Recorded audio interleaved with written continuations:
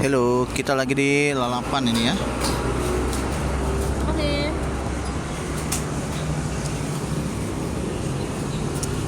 Welcome to Beachside Nutritionist.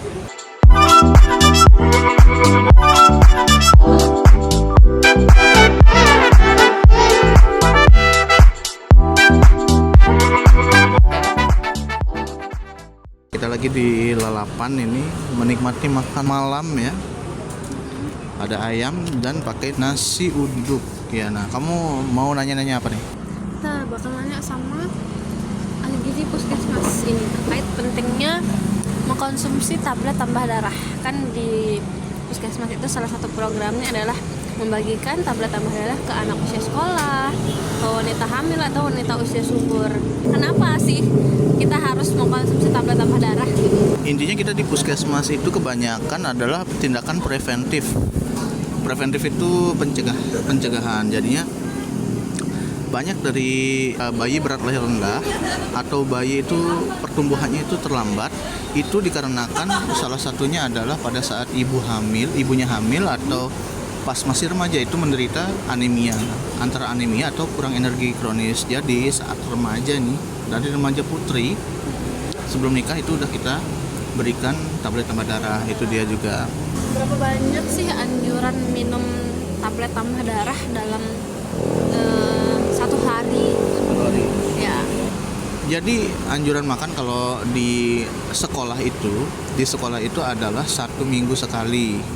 Ya, 1 minggu sekali itu untuk remaja putri dan maupun remaja putra.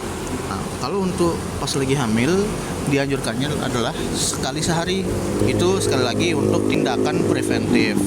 Terus kalau untuk Apa? anak-anak sekolah kan masih ada tuh yang menstruasi gitu atau baru awal-awal mulai menstruasi itu untuk anjuran mengkonsumsi tablet tambah darahnya seperti apa? Mungkin banyak dari teman-teman kita yang belum tahu atau mungkin nggak terbiasa nih mengkonsumsi tablet tambah darah. Ya kalau selama masa haid gitu jadinya full Berapa tablet? full 1 tablet sehari gitu. Jadi kalau selama masa haid dan ya Aku ada satu pertanyaan yang mungkin banyak dikeluhkan oleh para ciwi-ciwi atau remaja-remaja, termasuk mungkin dari teman-temanku ada beberapa yang mengeluhkan hal yang sama. Kenapa sih rasa tablet tambah darah itu nggak enak? Ada yang komen kayak tablet tambah darah itu rasanya kayak besi gitu. Mungkin ada tips tersendiri untuk mengkonsumsi tablet tambah darah itu supaya aman, supaya tidak terbayang-bayang rasa besinya tuh gimana sih?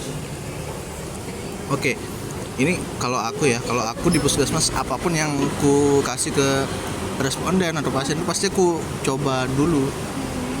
Contohnya taburia, apalagi tablet tambah darah gini ya, memang rasanya kalau langsung ditelan sih ya nggak gimana-gimana, tapi efek sampingnya biasanya ya mual, ngantuk dan sebagainya. Jadi cara hack untuk mengkonsumsi tablet tambah darah ini adalah sebelum tidur. Malam-malam sebelum tidur itu udah paling enak banget. Jadi kita mengingatkan untuk teman-teman yang masih sekolah, yang sudah mulai menstruasi, terutama untuk wanita-wanita yang usia 20 tahun ke atas lagi masa-masa reproduksi, wanita usia subur gitu.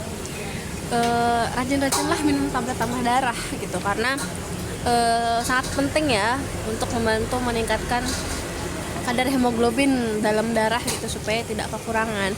Karena kalau sampai kekurangan HB itu nyari donor darahnya agak susah gitu ya. Jadi itu jangan lupa mengkonsumsi tablet tambah darah minimal 1 kali seminggu gitu. Tapi kalau lagi dalam kondisi hamil itu disarankan setiap hari. Kalau lagi kondisi haid juga disarankan mengkonsumsi tablet tambah darah 1 kali sehari. Dan ini aku tambahin lagi ya, kan lagi banyak sekali diisukan adalah ini adalah tentang stunting. Stunting itu kan kamu pasti udah tahu stunting ya. Orang-orang juga udah pada tahu stunting. Nah, salah satu anak stunting ya diakibatkan oleh ibu-ibu yang dulunya anemia atau kayak kurang energi kronis. Jadi saat ibu hamilnya ya, sorry to say ya, jadi kondisinya seperti ini. Kalau ibu hamilnya kek atau anemia, pasti ada kemungkinan besar melahirkan anak yang bayi berat lahir rendah. Setelah itu anak yang bayi berat lahir rendahnya tumbuh itu tidak akan sepesat anak-anak lainnya yang akan menyebabkan dia stunting. Jadinya itu sangat penting banget tablet tambah darah mulai dari remaja putri. Ketika sebelum hamil itu sebenarnya seharusnya ibu-ibu atau para calon ibu-ibu sudah harus mempersiapkan gitu apa saja yang dikonsumsi, terutama tablet tambah darah. Ini usahain ya kalau emang kelalapan itu kalian itu pesennya es jeruk bukan es teh. Kenapa? Karena es jeruk itu sangat optimal untuk penyerapan protein. Jadi sangat the best feeling in the world kalau habis makan protein daging-dagingan, habis itu minum es jeruk itu untuk mengabsorb protein lebih mantap daripada si teh, karena teh itu adalah zat anti gizi ya dan menghambat proses penyerapan zat gizi. Oke, semoga menambah pengetahuan teman-teman di rumah.